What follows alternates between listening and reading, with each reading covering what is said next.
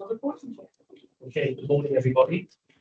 This Scrutiny Committee meeting is being conducted on a hybrid basis in accordance with the Local Government Elections Wales Act 2021, which will operate alongside the Council Standing Orders.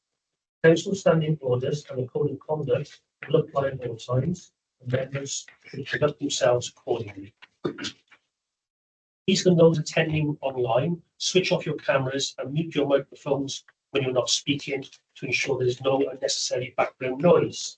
Can I also remind members to ensure that their chat function is switched on and to use that facility to indicate to me when they wish to speak on a particular item. Please do not speak until I invite you to do so, and remember to unmute your microphone and switch your camera on. A recorded version of this meeting will be uploaded for public viewing as soon as possible after the meeting, and the Welsh translation of proceedings can be provided upon request. The images and sound recording may also be used for training purposes within the council. And could I just remind everyone present to either mute or switch off your mobile devices? Okay.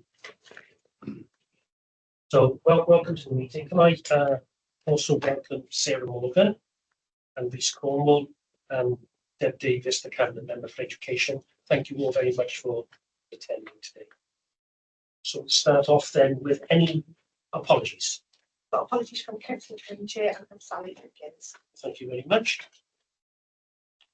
Any declarations of interest, Steve? Yeah, the second report. Thank you.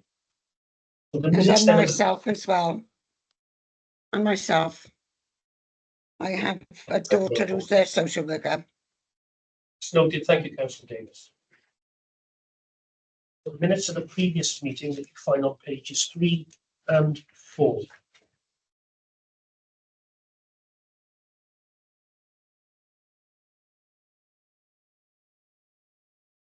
Page 3.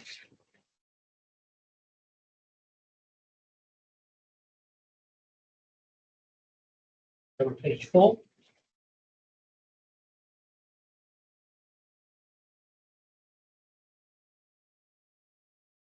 Anybody have any matters arising from those minutes?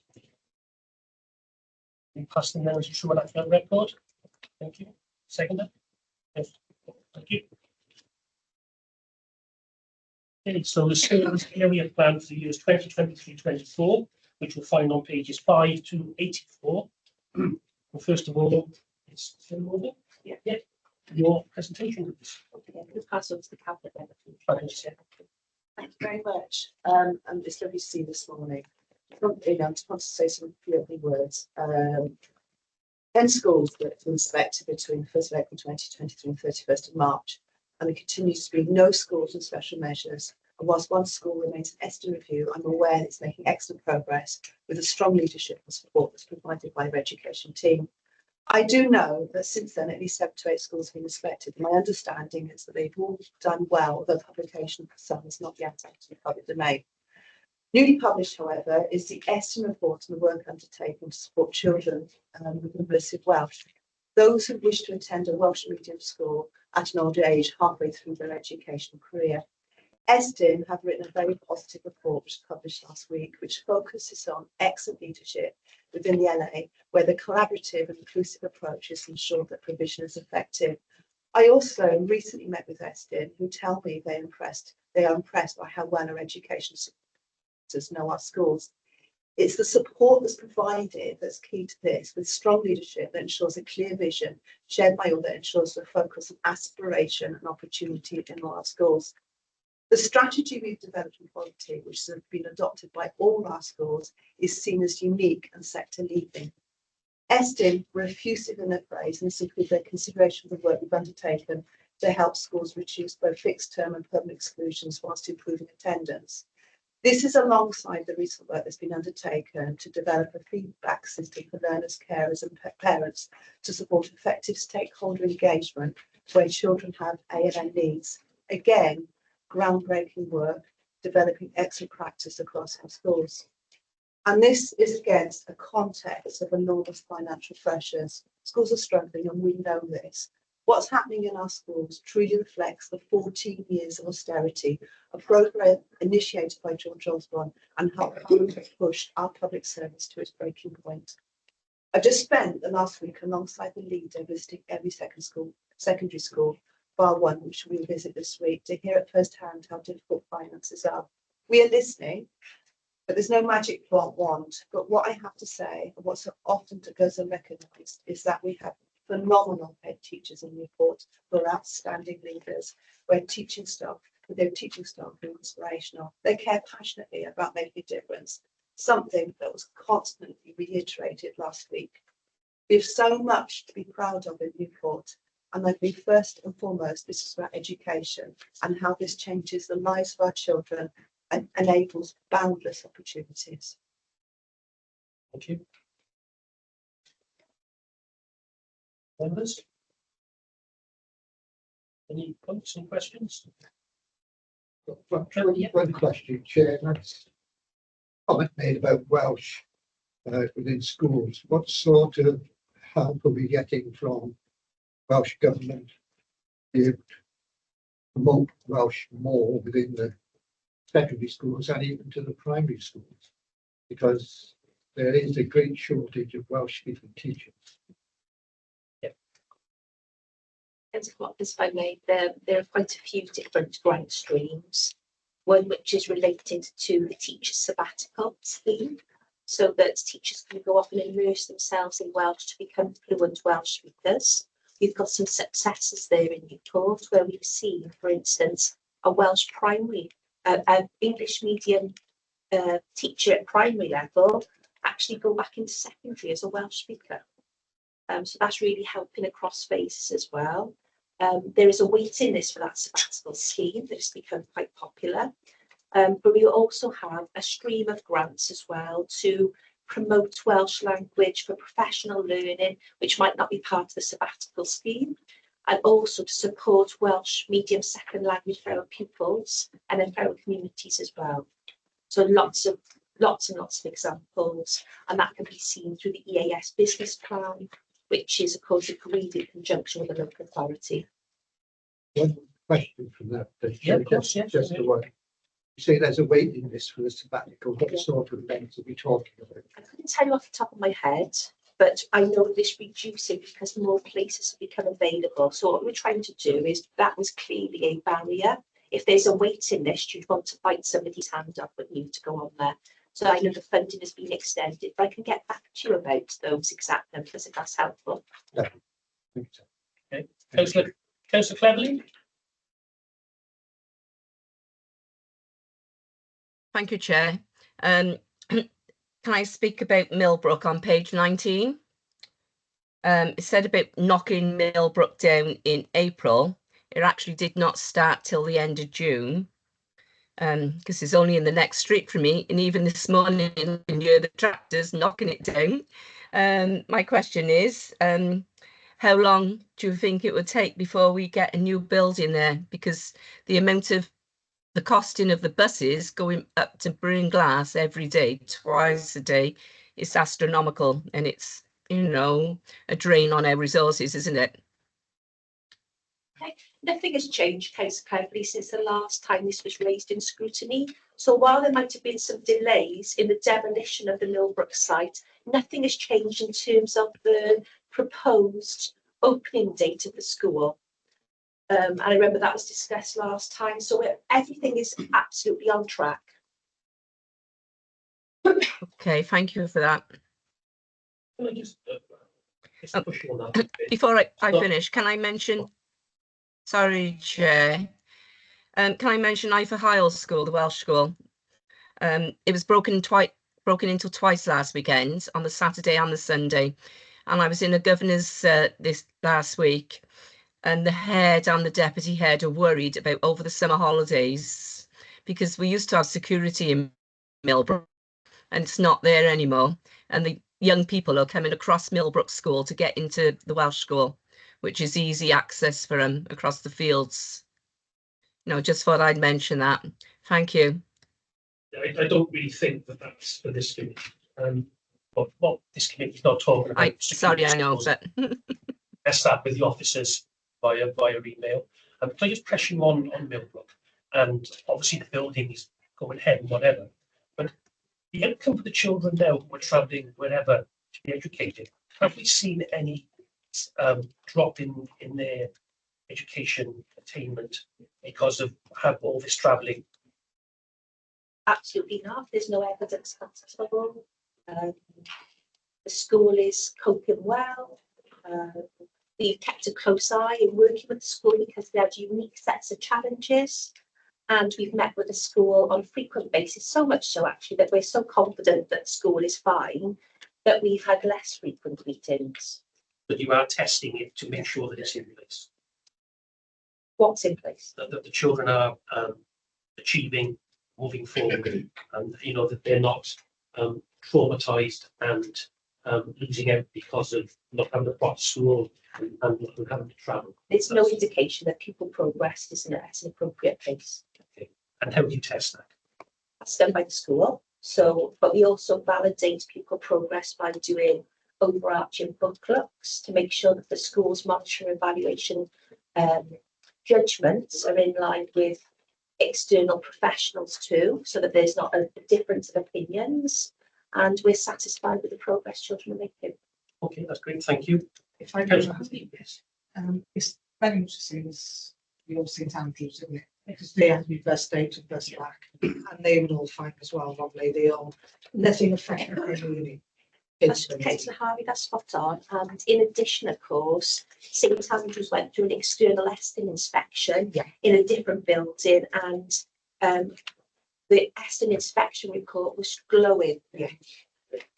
So those children had thrived. You do tend to think, oh God, how are they going to react? But it isn't. It's, as I said, with St Andrews, they thrived, they got on with it. Absolutely. It made no difference to us. I think they find it more of an adventure than anything else. Anybody else? Stephen? Yeah, thank you. And through the camera, how is the local authority planning to address the financial constraints affecting school budgets and capital projects? We do consistent reviews. So I think the governance in terms of capital projects is really important, and keeping a close eye on things. There are times when costs will come in a little bit cheaper, actually, and they can mitigate some of the costs that have gone overspent at different points. Keeping building plans on track is also another important part of making sure there's a financial harness around capital works. But we manage that through a people capital board for education, where we map the progress of each particular project, and we also feed that into a direct management meeting with my line manager, of course, is Reece Cornwall, a strategic director, and we troubleshoot in those meetings as well. It's also discussed at CMT. You'll know that capital projects are also put into cabinet papers for updates. And so there are a range of mechanisms to keep a close and watchful eye on these projects and make sure that the budget is appropriate and manageable. On the back of that, check, that's okay. So I know not to say local schools and stuff like that, so I'll say the general proximity of it. So projects that are in listed buildings do have issues as well, which obviously see costs rise. How are we mitigating to support schools in that regard? Things like listed buildings of like toilets and others, building things that we're trying to do. How are we trying to get over that? Because a lot of the time there's a bit of a juggle between if the school is paying for it, if the local authority steps in and pays for it, or a bit of both. How is that moving forward? Because it's more the fact, is there a streamlined system on that? Because some of these programs take a very long time because of the fact of the funding processes and then permissions and all the rest of it that goes alongside that. I'll think of a clear example. Can you think of one? Basically, one locally with the guest school, for example, with the toilets, is one example which went on for a number of years with the permissions, then the funding gaps, and then going back and forth. And then the local authority has stepped up, thankfully, and actually contributed towards that a lot more. So it's just to see, with other programs, because our schools are getting older. Yeah. Some are going to be listed. It's just seeing how in the future we will combat that and hopefully be better. Yeah, and so what we would do is we'd make sure that before any major capital works commenced, we would look at a feasibility study. The feasibility study in the first instance unravels the complexities of a built-in capital programme. So perhaps that was an example of a small capital maintenance project that wouldn't have had that large scale feasibility study in the first instance. So I'm glad that you mentioned that example, because that's not in line with the methodology that we would go through with other major capital issues. So the feasibility does tend to draw out any complexities and cost those accordingly. Will that change with any changes towards any of the maintenance providers or people that we utilise moving forward? I think you make a good suggestion, and actually I'll make sure that I take that back to our governance board and make sure that it is mapped in. Please, thank you. Councillor Davis. Hi, yeah, the only one question I had was regards to Basilisk School. It says 95% complete. Just wanted to know whether the exterior works in the car park was now finished. It's due to be completed, Councillor Davis, but it is ongoing. So it hasn't been absolutely 100% finished, but it's all on track. Okay, thank you. Can you tell me what the hold-up is then, please? I think it's to do with the just the dynamics of where the car park is and where some of the previous building work happened, that you couldn't do it all in one go. It had to be a staged approach for the health and safety aspect in terms of the building work in close proximity to pupils, but also to change the car parking areas from one to another. Otherwise, if you'd done it all in one go, it would have hindered the amount of car parking availability on any given day, which would have increased the traffic flow or the increase in inappropriate parking at the back of the lane in Basilisk, which would have also might have been disrespectful to residents. Okay, thank you very much. Any questions? I've got a number, Chair, so I'll go through this if permitted. Next one is about additional learning needs. Obviously, everyone in this room is aware that there's been an increasing challenge, especially due to the impacts of COVID-19 that's occurred. Are we as a local authority adequately resourced to meet these challenges currently, and do we have the necessary resources to address these challenges as they seemingly continue to move forward, as we're starting to get that first line of young people that were obviously born in the COVID-19 coming into our nursery and things like that, therefore things like emotional development, social development, etc. That's a really big question, and I think if you look right across the UK and even further, nobody is fully equipped with the level of resources needed to provide everybody with everything they need at this time. However, I think we've got to take a long-term approach to this, and we've had to shift the way that we are working as professionals. So that's the first point. And I think that some good examples of that is we reintroduced something called a consideration tool for ALN, which looks at a different way of supporting our young people with additional learning needs. It's about making sure that they can access support in their infancy, that they're not held up in waiting for a statement, for example. That we look at the way that we're supporting children and young people from a very early age. So some good examples are, it has unfortunately become quite a way of life to see our reception children coming into school in nappies. It's our job, isn't it, to make sure that we support parents as best as we possibly can, to make sure that children are adequately toilet trained. We're also seeing children coming in that are almost non-verbal. And so we're developing professional learning for our teachers at early years to make sure that they can develop vocabulary and verbal responses from children to support them in a much better way. And that becomes their key focus. We're doing more work around learning through play at a higher level. So for instance, where we've looked at learning through play just in foundation phase, it's been important that exploratory play has been developed into early key stage 2 as well, because when the children are doing that type of experiential play, they're more likely to extend their vocabulary as well.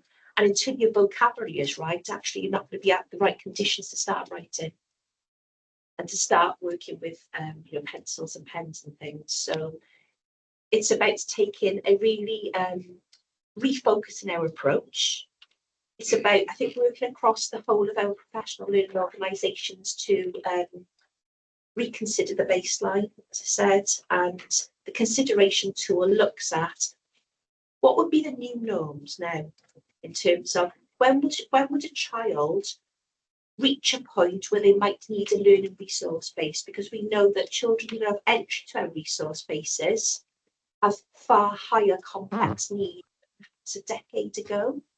And we have to manage more children within our mainstream. That's not easy by any stretch of the imagination, but we are getting better at delivering the professional learning, and we see some success in some schools, but there's much time needed to be able to improve that. The other part of this as well, of course, is the provisions that we have across the city. So our learner resource bases, you won't find a higher number of places across Gwent than in Newport, okay? And actually the answer is not going to be just building more and more learner resource bases. Schools have the ability to pool their funding and create nurture provisions. That can be helpful as well. We've also developed more specialist places for complex needs. So some good examples of that are the outreach work that Ysgol Brynderw have done to support schools in mainstream. The Llun resource base, which has been highly successful. Okay, so Harvey will have a really great insight to that in Llun High, and that's been expanded up to 16 places this year. Those 16 places that we wouldn't have had before, that investment was so important to make sure that local young people could access that specialist provision without having to travel, because that wouldn't have been helpful for their own needs. Other expansions that have taken place as well have been, of course, the additional site in Kimberley Nursery for Ysgol Brynderw, and there will be further proposals as time moves on. On my side as well, and through the chair, obviously there was concerns with schools as governors were now across about provision, within the budget. Obviously, extra provision was put in play. So that I think there was still that concerns within schools about how that will play out, especially with the challenges moving forward. Obviously, we spoke about the kind of professional working and looking about how we're looking at, different developmental stages and things of children and people. I wonder, I know it's more so of another committee, but it'd be nice to hear here if possible, what kind of partnerships are you making with other professionals, such as like social workers and or other health board, anything else like that, to see where we can work together to try and see if we can alleviate some of those challenges coming through? There are lots of examples. Some of the key examples of working with our Fly and Start colleagues in preventions and inclusions, that is absolutely key. We share an educational psychologist. So what we're getting to see is, whilst we know children in early year settings of our nursery schools, okay, if we can get an insight into those children needs before they even arrive and they've been to Fly and Start, then that's an incredible advantage, isn't it, to those families to have the best start in nurseries as well, and for our professionals to be ready and to understand what those learners need. But we're also making links as well with childcare providers. So again, Penelope Phillips, as part of the Inclusion and Preventions team, also gives us a great insight into supporting pupils that are in those childcare settings. So we've got the educational psychologists that can go out and do early observation work, which is great. We've got work with speech and language therapists, and that's right across the board, actually. That's not just based in early years. Speech and language issues can cause immense problems for our learners in key stages 3 and 4. And so we've got a speech and language therapist that's based in the Bridge Achievement Centre for a couple of days a week. And colleagues in the youth justice team are able to access that support as well. So we're sharing, working in partnership as much as possible. We've worked with the children's disability team to make sure that there was adequate transitions between children leaving statutory school age and going into post-16 settings. The work is multidimensional, and it has been incredibly helpful. It's reassuring for families, but it maximises our capacity across the council. Thank you, Sarah. And again, through the chat, I don't know if anyone else See, I've done what you said, that's fine, so thank you. So what initiatives are in place to promote inclusion and well-being, especially for vulnerable groups like what we've said about here then, pupils?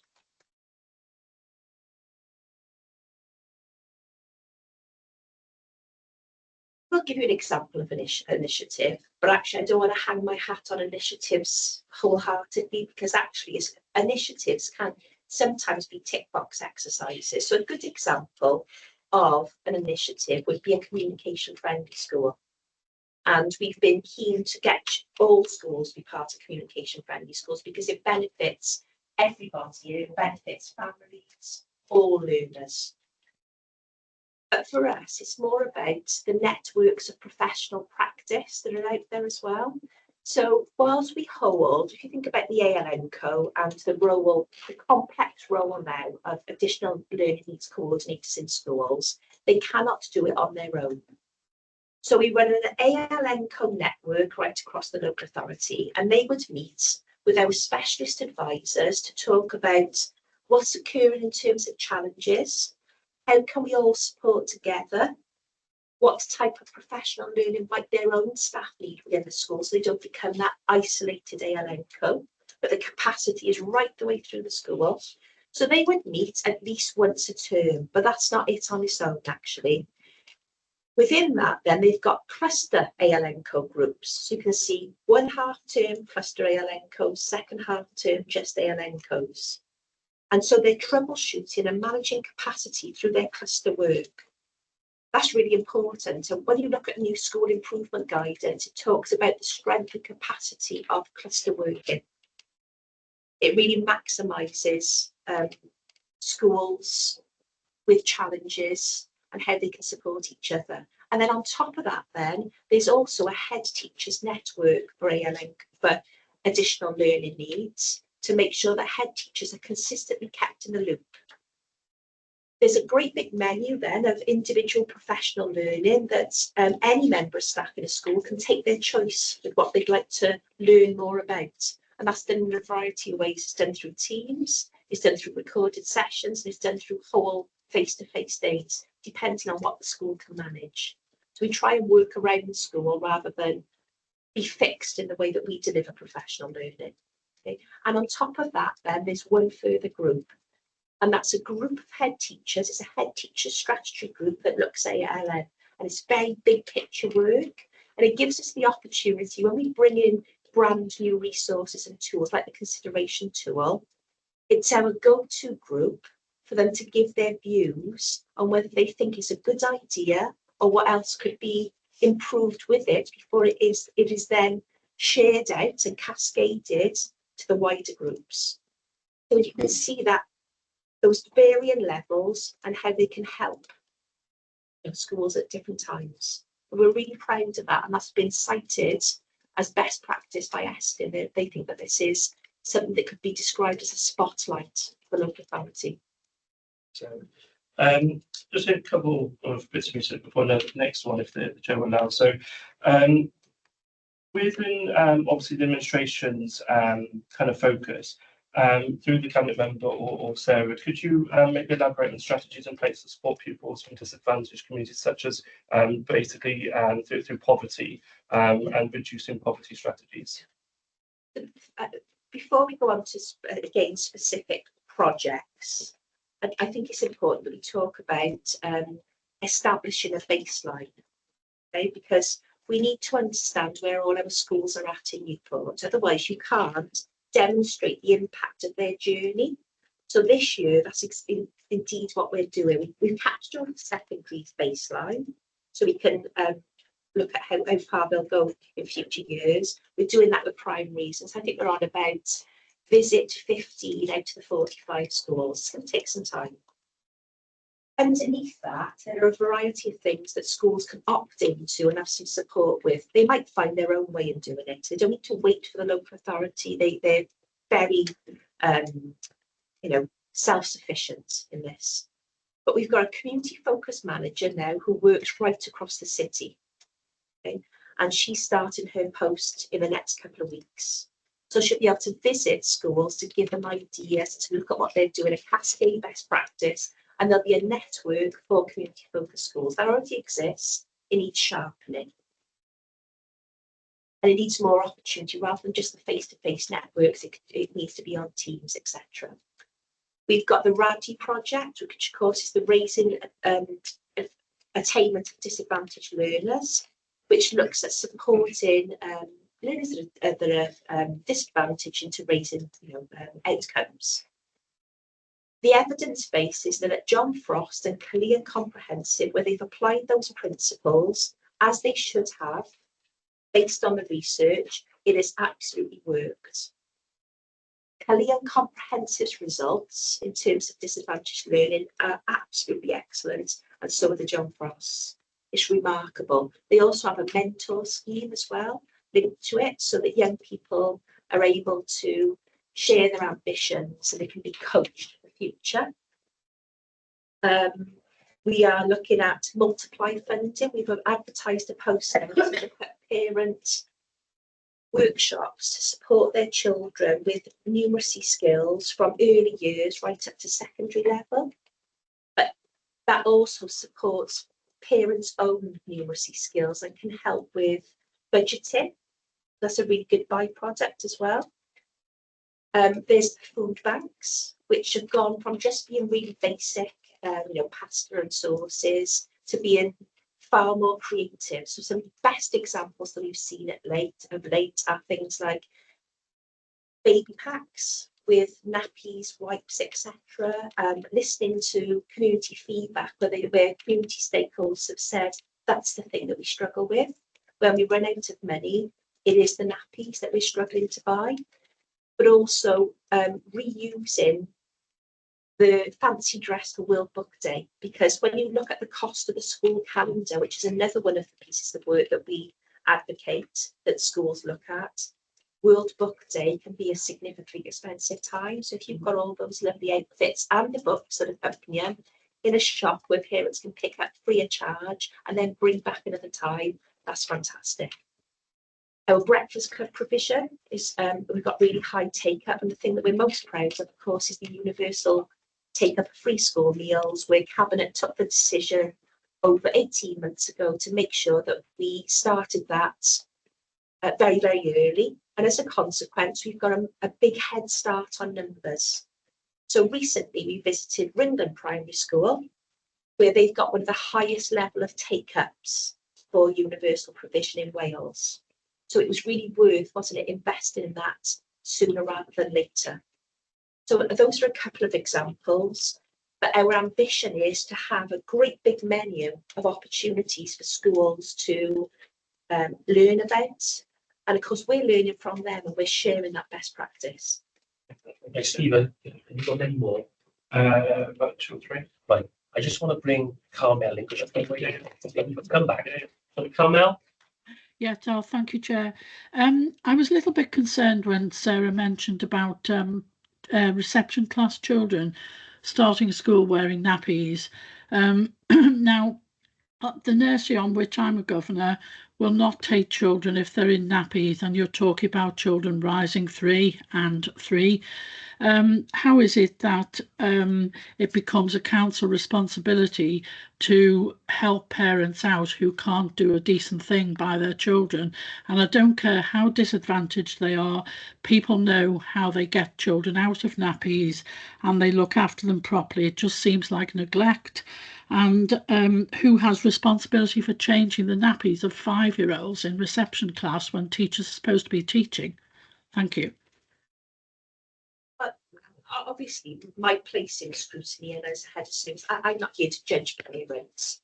My job is to make sure is that children are enabled to start school, and so we advocate that parents and those pupils should have that support on entry, and that they shouldn't be turned away for something which is beyond their control. Actually, those children.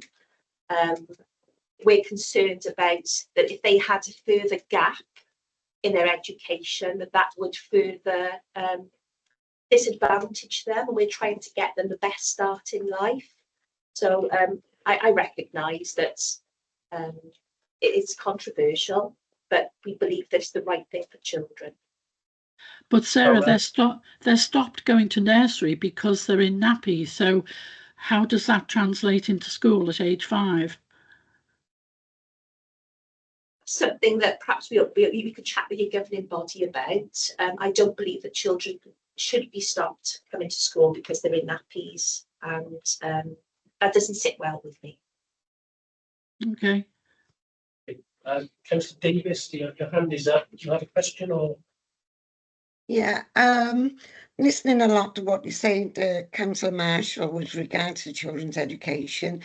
One thing I was really shocked about at a recent governor's meeting was the amount of children that have mental health problems. And it really shocked me that I was expecting 1 or 2. But the amount of children that seem to be coming through school with mental health problems. And I was wondering if, as a local authority, what we're doing to help teachers and heads to navigate these problems with some of the children. Yeah, so the first welcoming piece of news is our new Cabinet Secretary for Education, Llun, has said that the #1 priority for education must be mental health. So that's been realigned, and I think that's a really helpful priority. The second piece of work that we're doing, which is all-encompassing, is the whole school approach, sometimes listed as WSA, whole school approach to mental and emotional well-being. And the reason it's called whole school approach is because it does look at the community's mental health, the teachers' mental health, which is absolutely imperative in order for them to be able to support other people.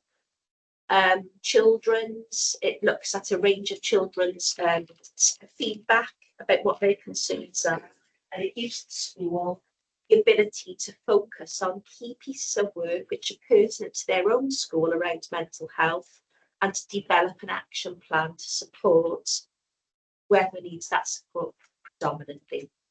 So some good examples are, of course, you know, we've got universal school-based counselling for children, and we've brought that down to not just years 7, 8, 9, 10, 11, 12 in secondary. That's been brought down to primary schools as well.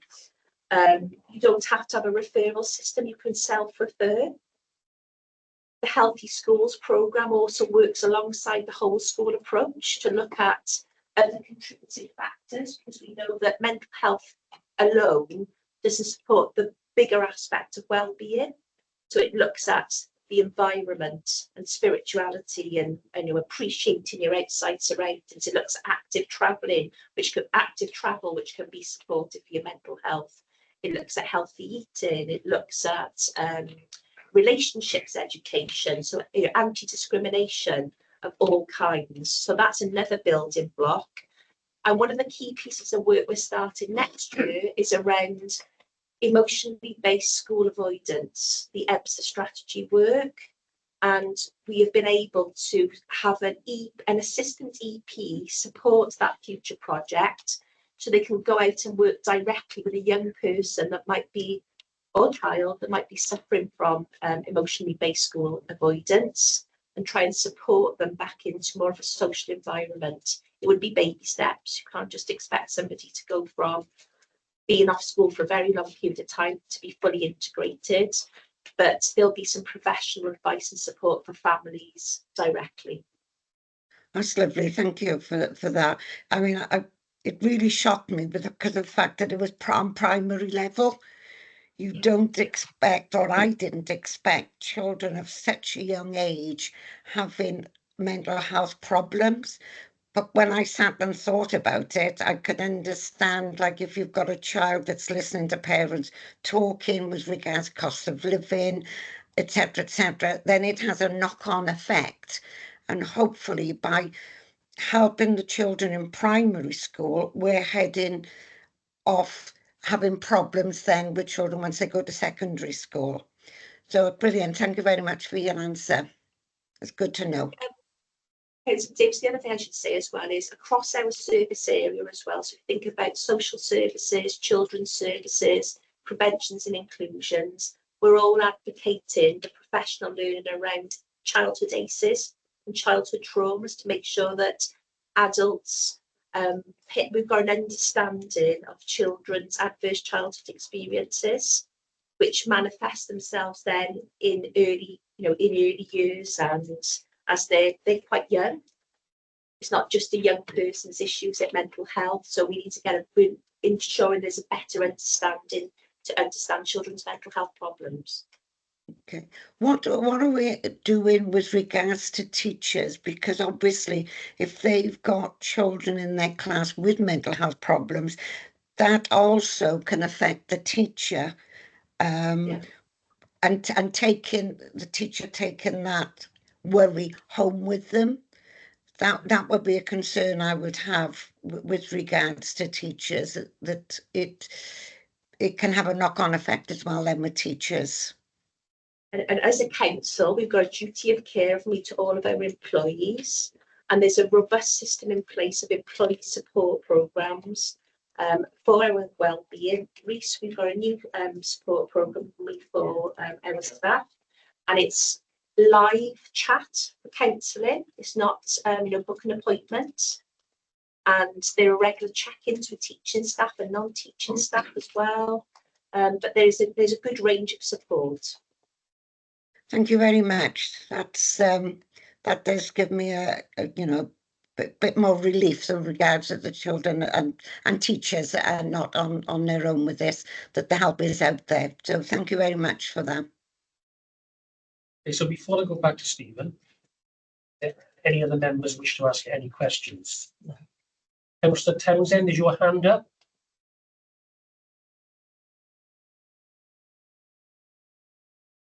No? Okay, Stephen, thank you, Chair.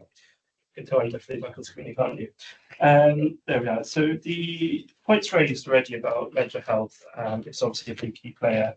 I know in the past that we've struggled to take on child psychologists, and also waiting lists for CAMS can be considerably long. How is the local authority doing at the moment within that regard, and is there ways forward looking at improvements to benefit the pupils involved? And what we've found works with the recruitment of psychologists now is actually going making job offers while they're in their final year of doing their doctorate.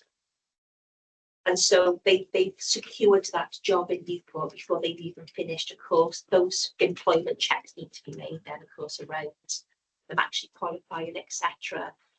We've often been able to do that by providing work placements in the first instance. They've sort of tried Newport before they've bought into coming to work here. So they understand the context, and that's really meaningful for us, because we wouldn't want to be waiting for somebody to start their job, not experience Newport, and then they didn't like it and perhaps they went off somewhere else. So it does secure it from both ends. We've done that on a number of occasions now, and we've got a full cohort of EPs. And I'm proud to say we've even got a Welsh-speaking EP now. Phenomenal for us. What about CAMS itself, the service? I couldn't comment on CAMS as a separate organisation. I wouldn't know obviously I know the waiting list is really long, but I couldn't tell you any detail. Okay, thank you. The other one is obviously attendance always comes up within school governors and obviously as a local authority. How does the local authority plan to improve attendance and reduce unauthorised absences, especially post-COVID? There seems to be a slight increase potentially in some schools across of unauthorised absences. Well, first of all, we've had our first national report on attendance that's come out since COVID, and what the data demonstrates is that Newport is either in line with the national average for attendance or just above. So I think it's secondary in line, primary just above. What we did before COVID worked. We know that we were in that top quartile for attendance for primary and secondary, and it's really strong. We've encouraged everybody to hold their nerve, because the menu of activities in terms of first day response, engaging with families and making sure that the barriers are broken down, making sure that the EWO takes on the most challenging cases. but works in conjunction with the school. All those things, the old things, are still the good things. And 0.0 percentage by 0.0 percentage, it's working. So attendance is always on the up. We have made sure that there is an education welfare officer that's aligned to each cluster, and is working with those cluster groups as well as the individual schools, because after all, the relationship between a primary cluster and a secondary is the same families, isn't it? We're asking secondaries to have early insight into some of the children coming up from primary school levels, where they've seen previous attendance that's been poor with siblings that are going through secondary, for instance. We make sure that target setting is still proactively completed. And that's something that head teachers don't have to do, but it's good practice to have that target in mind. And that's how amazing really our head teachers are, that they come on board with the local authority because they know these things work. So I'm really grateful for their support in this as well. But there will be a new attendance strategy and a new service plan that we're delivering. And that will go back out to head teachers again for their input to make sure that they're happy with the processes that we're undertaking, because we can't do it without them. But we'll also be looking at the new marking of, got the word there, sorry, unauthorised absence indicators. Sorry, persistent absence indicators are now 10%, not 20%. So it changes things somewhat. And it changes things for schools, because once that means that pupil becomes persistently absent much earlier on. I just talked about the EBSA strategy. That'll work hand in hand with the attendance strategy. And it's not to forget as well that exclusions must work hand in hand with attendance, because that's another unintended consequence of an exclusion that affects attendance. We'll also be working with the community focused schools, because we know that that is a good way to improve attendance in each of the schools as well. So this new attendance strategy, which will be ready, by October half term, and will have been out for consultation with schools, will set the new direction, the refresh for attendance, which is of course is one of the Cabinet Secretary's priorities as well. Thank you. On that as well, obviously we talked earlier about the cost of living, and unfortunately a lot more people are more willing to pay the fine rather than take their children out on holiday. Is there ways and means of the local authority having a look at that, because obviously they go on as unauthorised as well? Is there an increase? What's the situation known on the ground, if known? A fixed penalty notice would be set by the government, it would be set by a local authority, so we couldn't interfere with that. Okay. That's right. When you said earlier about the mental health and about the priority, obviously from Nico, the new Education Secretary, with that priority, will funding come to follow that? Has that been guaranteed, or is it at the moment just a kind of, this is a focus of government, but not money to follow yet? Some funding exists already, it's just that because it's based around well-being and ALN, so that already exists in the system and is put to really good use. We maximise it as it is, and we make sure that it's realigned to any of our new strategies. We never rest on our laurels with any of those grant funding streams. We're always making sure that they're really, if it doesn't work, we don't do it. It's got to have impact. I would ask the chair if I do have a thing, another query, but could we have another briefing about technology usage in education? Is that a possibility? Because things like AI, ChatGPT and stuff, about how we access it, about moving forward and planning, because there is concerns as well as benefits. So I think as local elected members, it'll be beneficial for us to understand how technology is being used in schools, but also moving forward. Do you think that's more of a council-wide issue rather than an education specific? Because I don't imagine that it's going to be the AI and chat would be any different in a school-based setting. I think that it would be going on a journey with the council. I don't see it as a specific thing. Possibly, but for the focus of the committee, obviously we're looking at people, which education is within. So just beneficial for us as elected members for the education sphere to see whether or not we could be educated, because I'm sure some members probably don't know what I'm even referring to in the second, maybe, I don't know. But that question can be put there. But to build us up, to be able to scrutinise in future, exactly what I'm getting at as we're building. I'm not sure I understand that. I just get some. I think Sarah's point is a valid one. I think if that's generally around members understanding what the technology is, I think we could do a seminar that can And maybe link education within that. yeah, but it won't just be education. No, It'll be use Dem services use AI to do military part. Contact centres. I know there's remits around, but I think I can't put my understanding. fingers on anything, but I could write a one-page brief on. That's fine. It's just more the fact for understanding, because obviously what my thing is there is challenges moving forward within education. We need to get on top of it before obviously we fall behind. Things like, there's concerns about, young people writing essays through the technology. There's all different things about how it's used. So to make sure that we're on the form, to make sure that we're on top of the ball in order to scrutinise, to make sure that we know ourselves what that technology is, how it's used within education. Because yes, there's challenges and negatives, but there's a lot of positives about engaging ALN program. There's a lot of things about building up, about challenging those on the higher sphere of education, things like that to be integrated. So understanding it more in context as well within the sphere. You could probably do that for your school governing body. Actually. You could your school governing body should have somebody there who can explain things, how it works within schools. Or like the children.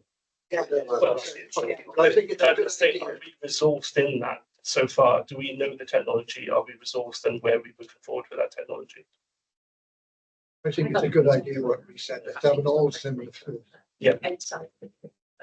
That's why I'm asking for We the. could add it to a work programme. Certainly, that's my request, Chair. That's my request. We could do that. Yeah. Have you finished? I have. Right. Any other questions? Okay, well, thank you all for attending. I have to say, Sarah, you have a very comprehensive knowledge of your service area, and you've been put on the block today, and these answers have been commendable. Thank you. Absolutely commendable. What you've done. Really know your area. Won't have a cup of tea. We've got now in the main chamber, we've got all our school children driving across Newport to actually have their first grand council and actually learn what it's like to actually work together. So it's really exciting. Really cool. Really cool.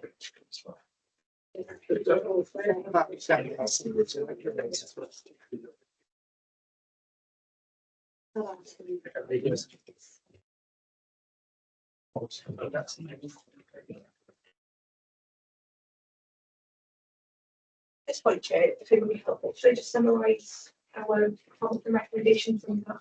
The majority were questions that were asked within the committee. The re-election I got noted was Councillor Watkins' point about the length of the waiting list. So you're getting back with the specific number for that for us. And obviously the point about the When I say numbers, it's time. yeah, some more data about it overall, I guess. That's fine. And wait, fine.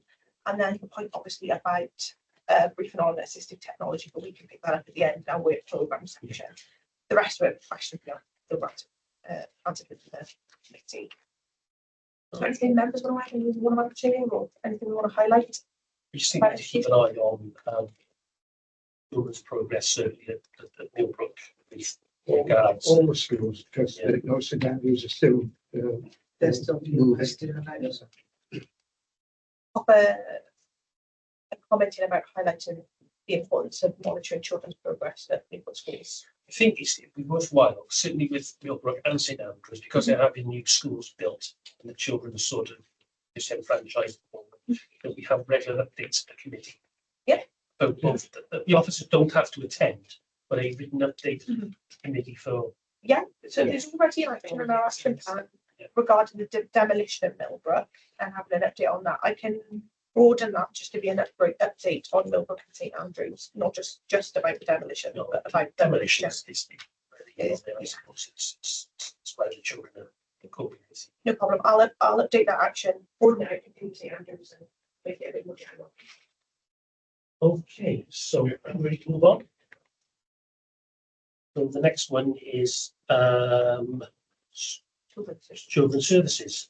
So we've got Natalie Boyner, welcome. And we have hello, you're all very welcome. Oh, and Hi there. Sorry, it's Jay McCabe. Nice to meet you.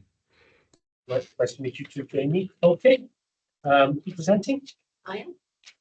Thank you, Chair. So first and foremost, fundamental to our day-to-day work in children's services is to ensure that children are supported to remain safely with their families. We put a strong emphasis on a preventative programme to support the children and operate on a strengths basis in order to ensure that families are kept together. What we're finding in children's services is year on year there is a significant increase in numbers that are coming through to our front door. However, I can confidently say that we're working as a service to ensure that children looked after numbers are reducing. So that's by supporting families when they come into the local authority to ensure that they stay home, but also ensuring that if children do come into care, that we will work to ensure that they return home when appropriate. There's been a number of successes this year, despite the challenges of the trauma that we're seeing that children have experienced. So I'll just take you through some of those successes. So as many of you will already know, Newport was recognised the importance of diversity and equality and acknowledged the importance of recognising care experience as a protected characteristic. We continue to work with our colleagues across the council to ensure that that actually that is meaningful. We are also working closely with Foster Wales to continue to drive the way forward to increase the number of foster carers in Newport. We also continue to develop a large portfolio of care options for children in line with the Eliminate Profit agenda. Also, 3 of our registered children's homes have received a solid good rating by CIW. We are we're working with our colleagues in housing and other areas of the council to deliver a variety of housing options for our care leavers and 16 to 18-year-olds. We have now got a truly embedded immigration team within Newport and a service that can offer a valuable service to our unaccompanied asylum-seeking children that, as you will know, local authorities are currently mandated to support. We have a strong therapeutic offer in Newport with the support of our Bernardo's partnership. And actually they came first in the social care accolades. The Youth Justice Service received a good rating in their HMIP inspection, which was fantastic. And also we were part of a Vanguard study, which was looking into violence against women and domestic abuse. And the feedback from facilitators were that staff across children's services had a really good understanding of the key issues in the area. We've got a number of developments taking place this this coming year, which is to ensure that we've got a really good youth justice and education offer. So we're looking to develop a hub where the two services come together to provide both preventative work and also education to those children that aren't in mainstream school. We are also, in response to the increase in demand of our front door, restructuring to ensure that we're able to intervene and provide timely response to children and families, again, that will assist us in preventing them needing to come into care. So that's kind of an overall picture really in terms of children's services for 2022-23. 23-24 rather. So I'm happy to take questions. Committee members. Councillor Harvey. Thanks, Chair. It says there's a solid good for 3 out of 5 of our children's homes. What about the other 2? Right, can I go there at the point of writing to haven't had some inspections? They have. So 4 of our 5 have good across the board. One of our homes has goods aside from one area around environment, which is some room for improvement, which we're already working on. So as you read that out, I thought that might come out. It was just that so they hadn't received them at the time. Thank you. And do you age check immigration? Those who are coming in from immigration, because I know the foster mother was asked to look after a alleged 16-year-old. Not a chance in hell. He was 25 if he was a day. But she is a single parent foster mother, and her 14-year-old son was awake all night because he was concerned about this strange man in his house. So are they properly checked for age now? So we do undertake age assessments. Some of the challenges is that, you know, with some of the young people, there is an issue in terms of the age of 25. So if there is a dispute, if we believe that they're under the age of 25, then we have to take what they're saying as. Of course, yeah, you've got to take whatever they're producing. Yeah, but we do undertake age assessments within Newport. I was just concerned, given that she's a lone parent, looking after it was a little bit fair enough. He was only there overnight, but there could have been serious consequences just by being there overnight. Yeah, the majority of the young people that we support that are 16 above, they're not placed into foster care provisions, so we do have separate housing facilities that they can remain in. We're also developing a home as well, which will assist us in, I suppose, undertaking assessments for young people to determine where they're best placed to be supported.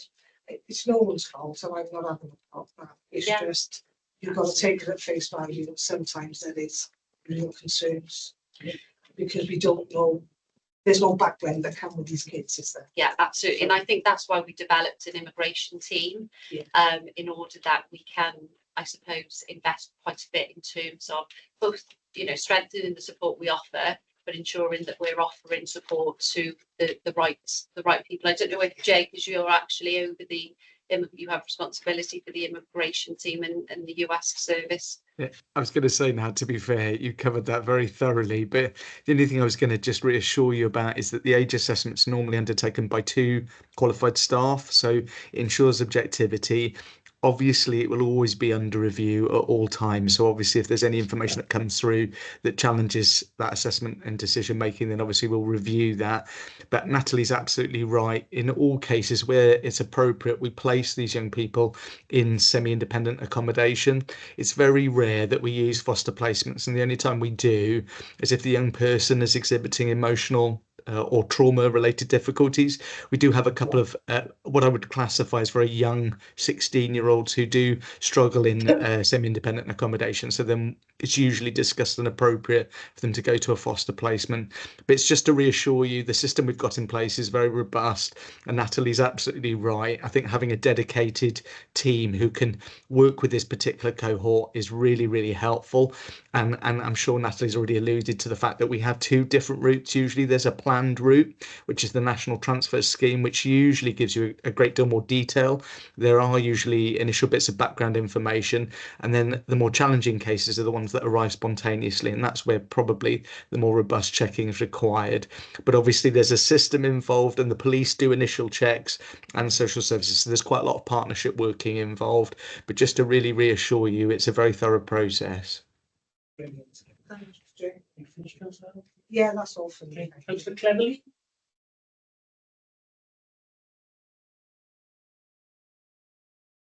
Thank you, Chair. Sorry, I had to turn my microphone on and whatever. I got to say, first of all, it's really excellent report. So well done to all of you on the team. But what I wanted to fetch up was page 67 about the care leavers delay in Stanley Road. Can we have an update? Because it was only 40% in the reports. So just can we have an update on that? Are you okay if I respond to that? Is that okay, Councillor Cleverly? Yes. It's just to sort of update you really. I attend the Housing Transformation Board, which is obviously chaired by the Head of Housing, Dave. And what I've done recently is updated him. The frustrating process has been that there's been delays in terms of decanting a resident in that property, which is very frustrating for everybody because obviously they have to be relocated. I also understand recently, and I've been linking with our commissioning service, there's also been some issues around planning. So I raised this at the Housing Transformation Board on Friday, and I'm due to be meeting with the relevant planning officers to have a discussion around those delays. I understand within the planning process, you probably will know this better than I do, that there is an initial pre-planning kind of meeting that takes place to look at feasibility, and then there's the final planning stages. My understanding is there's been some delays within the final stages, but just to reassure you, I've escalated it. I did discuss this with Natalie very recently, hence the discussion with the Head of Housing to try and address that and see if we can progress things. But as you can imagine, the dates changed a couple of times, and this unfortunately is because it's to do with Pobl's timelines. Okay, thank you, Jay. Thank you all. Thank you, Chair. Councillor Townsend? Councillor Davis, sorry. Hi, thank you. I'm a great advocate for case studies. I enjoy reading them. One that I have to bring to you quickly that I really enjoyed was the Youth Justice Service with Case M. And I have to commend, obviously it doesn't say individual people that worked with him or her, but I have to say, with everybody working together, what an absolutely great outcome, considering the starting point you had to the end point in the case study. It's phenomenal, and I can do nothing but praise your staff for that. Keep up the good work, and I really enjoy reading the case studies, so thank you for them. Thank you, Chair. Thank you. I think Councillor Townsend indicating issue. No, okay, anybody here? Councillor Watkins? I got 4. Great. Okay. Stephen Marshall had 8. I knew this at the moment. I did have a 12 month. Concerned with Oaklands, maybe, and that is the fact that parents that have children going there on a respite have been told occasionally that they can't have their respite because children have been taken in under care on an emergency basis, which affects the respite care for families. And I'm wondering what things are being done to be able to prevent that happening in the future, because this is the second time this happened. 3 years ago, a case came to light there where they took children into care. Yeah. Well, first and foremost, when a child needs a bed, you know, we have a statutory duty to provide a bed in order to ensure that we care for the young person. So on occasion that has happened. We recognise that that's a huge challenge for our families with disabilities and complex needs. So part of our agenda in terms of building sufficiency in Newport for our children, so in terms of developing residential provision, that is part of our strategy in terms of enhancing short break facilities. Indeed, actually, both Louise and Rhiannon, who are overseeing. So Louise has her portfolio as residential and Rhiannon's is disabled children. They're actually meeting with parents today. So they're having a consultation with parents. And when we're looking at developing our accommodation options, what we're actually looking at is the offer for disabled children, because we recognise that, you know, ultimately parents need a break when they've got extremely challenging times with children with complex needs. And we also know that if we don't provide that level of care, ultimately those children will come into care full time. So it's, you know, that's not in the child's best interest, and it's not in our best interest as a local authority, because in terms of options available for children with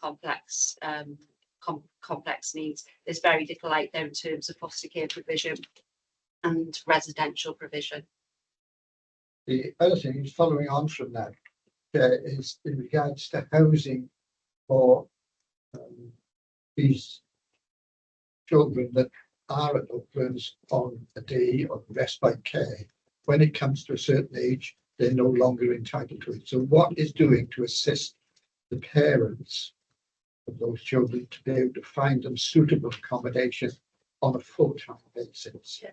So we're really fortunate in Newport that we've got a transition planning officer based in our children with disabilities team, and they have a good relationship with our colleague in adult services. So at the age of 14, those children that required that transition into adult services, they discuss regularly in order that planning can take place.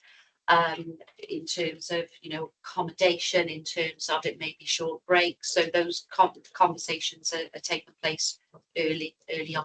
Preparation is being done. Yeah, we're also keen to look at developing provision where, if children do need to come into local authority care, looking at developing bespoke provision in order that they can go in because what we tend to find is that parents really struggle around the age of 16, 17 when their children are reaching adulthood, and then at that point they're struggling, they wish them to come into care. What we're trying to do is develop provisions where they can be dual registered, so they can move in at an early age but then transition right through to adulthood, so they don't have to have frequent moves. There's independent living skills groups that go on regularly, and we increase those groups to support young people to get those skills to hopefully not need to go into. I understand the groups, but what about housing accommodation, the accommodation for those individuals? That's what concerns me. That there's not enough. Basically. Yeah.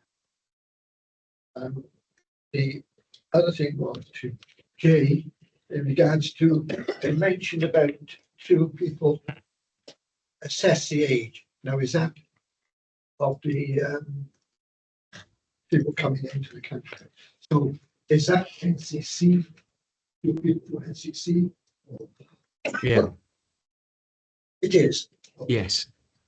We've got quite a good offer in Newport in terms of our staff are trained, and actually some of the local authorities come to Newport to ask us to age assess some of their young people. Right. Okay, the last one is the bullet point, develop further care provision for our children locally and regional. So is that being done? If so, when are we likely to see any results on that? Yeah, that's happening. We've got a deadline of April 2027 where we will not be able to place any of our children in for-profit provision. So at the moment, we've got approximately 38 children that are in for-profit provision, whether that be independent foster care provision or residential provision. So we're working with colleagues across the board in terms of the council to firstly look at any assets that Newport holds that could potentially be options for us to develop in terms of children's accommodation. And if not, then we are looking at other available properties that we could potentially develop in order that we've got enough sufficiency in-house to care for all of our children, which we believe, you know, is in our children's best interests, because we've got a good offer in terms of care in Newport. We've got a well-established structure, and we've got quite a large portfolio of accommodation already, compared to other local authorities across Wales. We are leading the way in terms of our existing portfolio of accommodation. So on that is, what support are we getting from our government or the national government with regards to? In terms of Eliminate, we've been advised that there will be funds made available to us. At this moment in time, we have not been given, I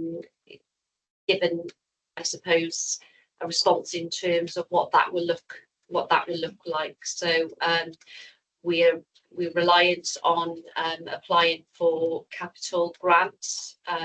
So we applied for RIF funding and HCF and IRCF now in terms of capital, and then in terms of revenue costs, what we're hoping as we transition the children back into our care, that the costs that they currently incur in the local authority will move with them.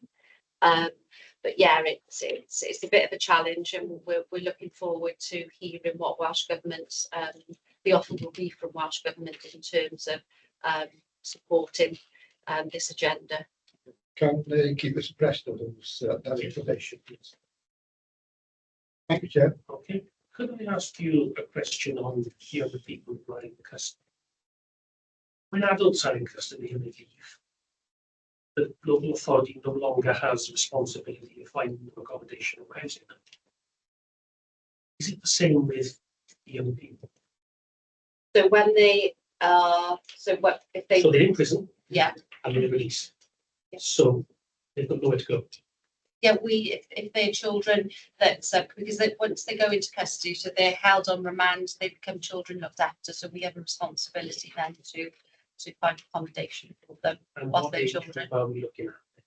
So we will look to accommodate up until the age of 18, and then housing then will support into post 18. If the prison service finds a young person from 16 to 25. Yeah.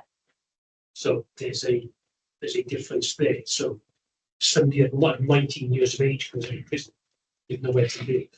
If they're classed in that adult range, then the local authority doesn't have to or cannot, but it was changed down in Cardiff, cannot give them accommodation.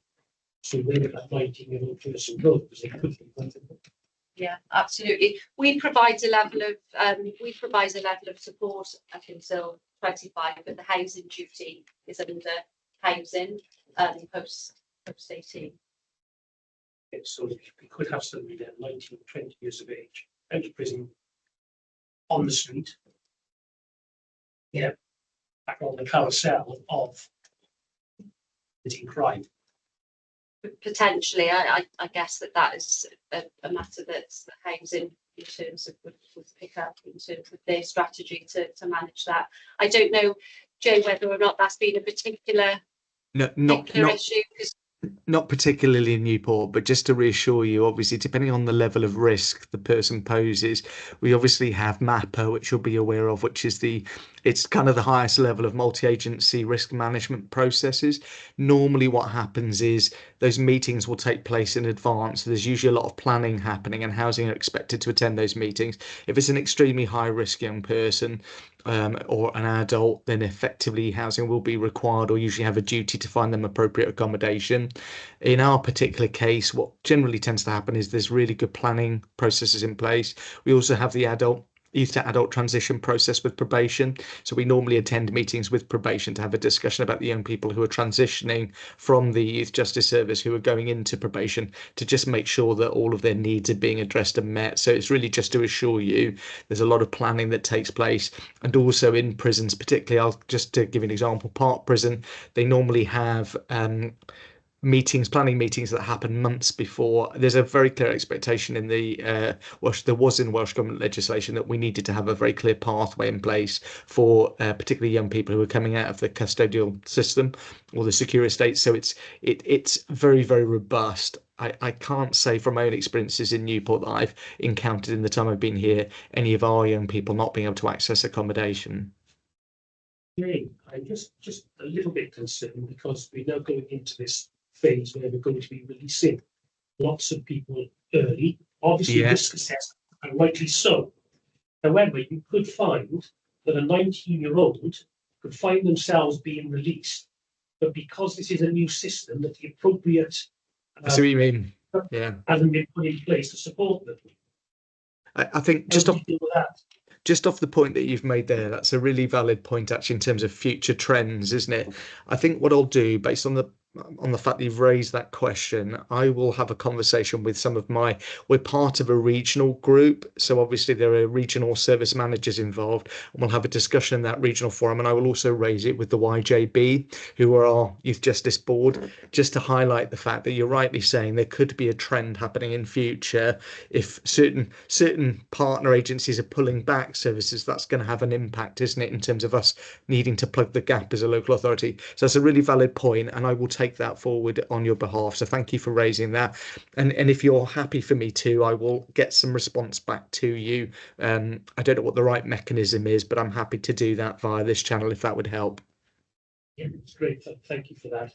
Does anybody else have any questions? Only one, Jay, the Youth Justice Board. I gotta be honest, HM Inspector Commit, I've never been so nervous in my life. I thought I was going to prison if I said the wrong thing, to be perfectly frank with you. So it's just congratulations really that the YJS has got a good recommendation. Thank you very much. So with regards to young people in custody, do we have an increase or a downward trend, or are we stable? So we have seen an increase in young people. I'll just touch and then let you. No, that is great. It's great. You go for it. Yeah, no, we have seen an increase in demand, and we were tasked to kind of look at that because when young people are on remand, it can come at a significant cost to the local authority.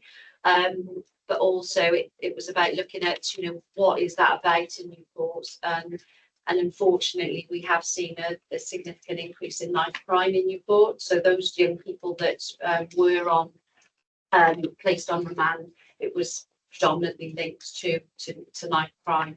So we have seen an increase there. Jay, I don't know if you want to give. It's just say it's great, Nat. Your responses have been. There are a number of things that we're doing, aren't we, Jay? Just in terms of working across the local authority.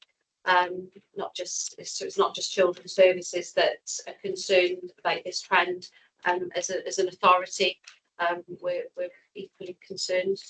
Yeah, I mean, it was only to say, Natalie and I had a number of conversations. One of the biggest frustrations for us, sometimes it's the legal system itself. One of the young people that we had, there was a huge delay, and there still is a huge delay in terms of them concluding with the trial, which unfortunately sits within the court arena, not our responsibility. We have escalated that and raised that because that has huge financial implications for the local authority. I think we've got a young person, unfortunately, who's got about 5 outstanding offences, which are all connected to the same issue. but unfortunately there have been delays in the trial, which has been a massive problem. But Natalie's rightly touched on the point about knife crime. What we've done recently, I've just organised a review of an existing protocol, so we're looking at young people carrying kind of dangerous weapons or items, and how we address that, particularly in terms of how we protect the staff, but also how we ensure that we support young people to raise their awareness, but also find mechanisms, not only I guess from an early intervention prevention point of view, but actually also finding ways to reduce the risk so that they leave the item at home, or we dispose of the item appropriately. Because it seems that I think from police intelligence, the issue isn't at crisis point, but it's becoming a concern. So it's just to sort of say to you, we don't want to cause any unnecessary panic, but it's becoming a gentle kind of rising issue across the board. And Natalie's absolutely right. We've had 2 recent incidences, which, as you'll be aware of, have involved knife crime related issues. We are having a number of strategy meetings and working more closely with the police, but it's really just to let you know there's a strategy that's going to be developed to address this. And what I'm trying to do is benchmark from cities such as Manchester, who have a much, much bigger issue, as you can imagine, and taking the good practice that they're currently applying, and see if we can apply that here, so we can be a bit further ahead of the trend and the curve, really.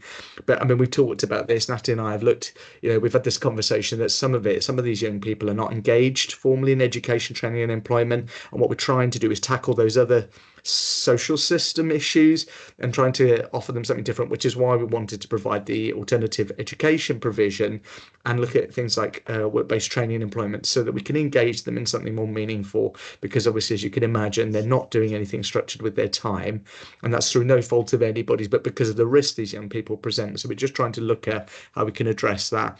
But it's really just to reassure you, we're looking at that data at the moment and seeing how we can be a little bit further ahead of the trend. Thank you for that.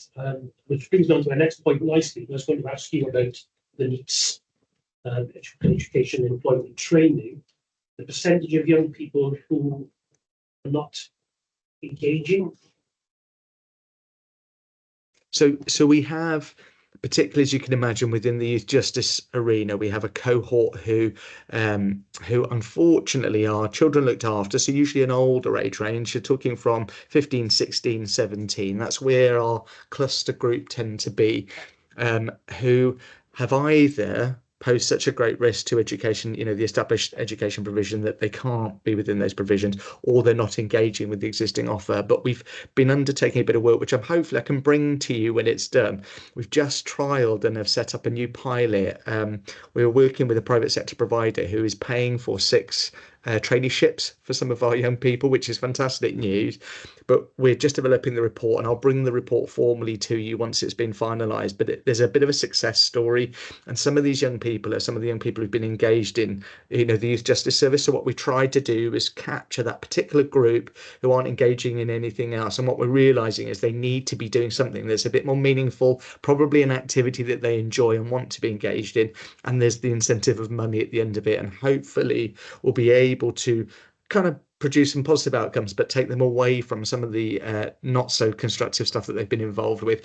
But we do recognise in Newport it's a massive issue, and with your help at the moment, I'm keen that once we bring the report to councillors, we might be able to move forward and get the council to be offering some employment and training opportunities as well. But we're just working with providers on that basis, and that was also the reason for setting up the alternative education provision, because we're very aware that actually what does work, and some of you may have experienced it, we've got a scheme called Levelling the Playing Field, and it's about engaging children and young people in sport and physical activity. So what we find in Newport, and knowing our cohort, that's the kind of thing that they enjoy.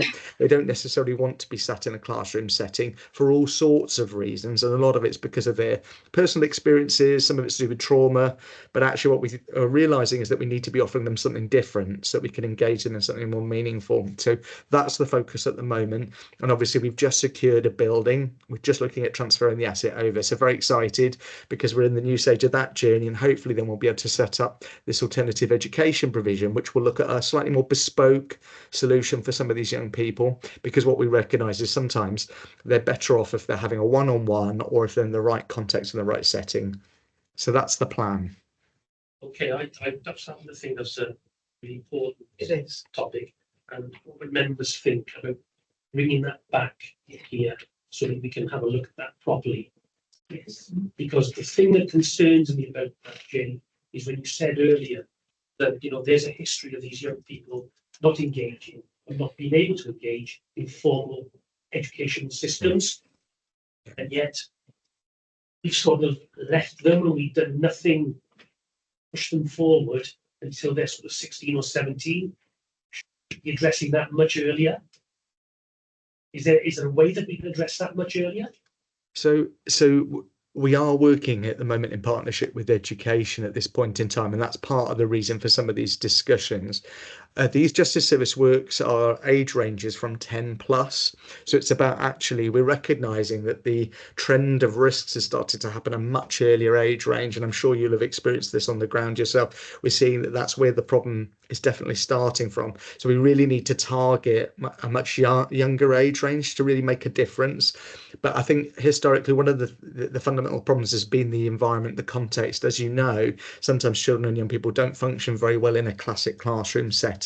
So what we're recognizing is that's why we need to use an alternative offer. So that's the work at this moment in time. What you've touched on is exactly what we're trying to concentrate on. But I think one of the reasons for having or suggesting an alternative education centre is actually we probably are spending quite a lot of local authority money on very expensive externally commissioned provision. HIT is a great example.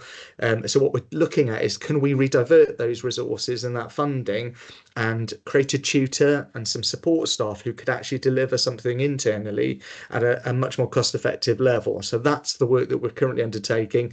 And just to reassure, I'm working with Katie Rees, for example, and Sarah will be aware of this, in order to try and look at what an alternative offer could look like. Thank you. Do members have any other questions? Just one for me, with the knife crime and the bladed transport line. As a school governor, believe it or not, and it horrified me, we've had the police come in to a primary school to speak to primary age children about knife crime. So from the age of 10, you're right, because some of our children were only 7 or 8 and they were threatening to stab each other. They didn't have knives on them. However, that was already in their mind. And it's peer pressure from older siblings, from people in the streets, from these gangs that try to groom these kids into criminality. So we've had the fear project at the high school at Llun, but we've also had to have the police in at the primary school, which is really sad. Really, really sad that it isn't needed at that age. It's society. I mean, these guys, they work like Trojans on everything they're doing. And I take my hat off to all of you, because it's not an easy job. Children's services is incredibly hard. There's never enough money. You're always scratching around trying to find more money down back in the centre. We all understand that. And you're good at what you do. But unfortunately, unless we get a change in the society and where they're all living, because they're right across Newport, it's not just my ward, it's every ward. Until we can get some form of change of society, it's never going to alter. And that is incredibly sad. Any other questions? No. Well, thank you very much indeed for attending. Okay, we should just report to Jess and lucky with guests if you can tell us. And we look forward to continue to report from you about the progress that you've made. Thank you very much. Thank you. Thank you. Helpful Chair, I'll go through what I captured for this. Yeah, of course. So, did the accurate climate response about the conversation with the regional group and the WGB about the potential trend with the use individuals? The update on the eliminated funding and costs most of the time, and obviously the meet engagement, alternative education and traineeships pilot report that Jay just mentioned. Is there anything else the committee want me to add, anything to highlight? If you have any concerns you want to Yeah, I'm bothered about the way kids are going. They're getting younger and younger, and they're being trapped into criminality. There's got to be something, whether we've got to think outside the box or whatever we've got to do. But I think the onus is on us as ward councillors as well as the local authority to try and work out a way to protect these kids. Because ultimately they're kids, and kids as a rule are daft. They'll believe anything, they'll do anything. If it makes them look like, oh, look at me, I'm a kiddie, they'll do it just for that. We've got one boy on our ward concerning. He's the most easy man in the world. If, for argument's sake, he's never met Dave, and Dave said to him, "Here's a fiver, go and stand in the middle of the road," he'd stand in the middle of the road, and he wouldn't budge until he told him to. He is a prime target for criminality. We have gone into sport, which is he's kind of turning the corner a bit, but that's only one. There are hundreds of these kids in there, right across Newport. So what I've captured, Councillor, if it's okay, is highlighting the importance of engaging with young people and children and preventing negative outcomes with a range of offers. Yes, Is that okay? yeah. If we can keep that sort of on the agenda, as all the time, just so we can keep it abreast of I know it. you're passionate about it, so I am, Dave, and then it bothers me. It does bother me. Was the update on the not-for-profit care homes? I'll couple with that with the funding and cost for Eliminate. Yeah.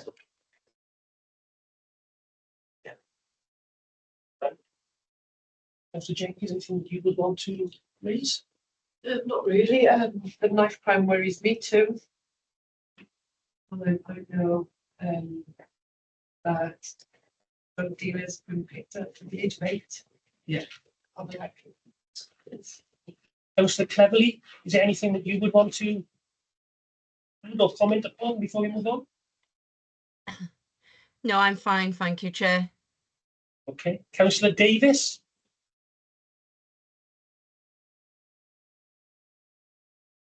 Need to put your mic on. Beth.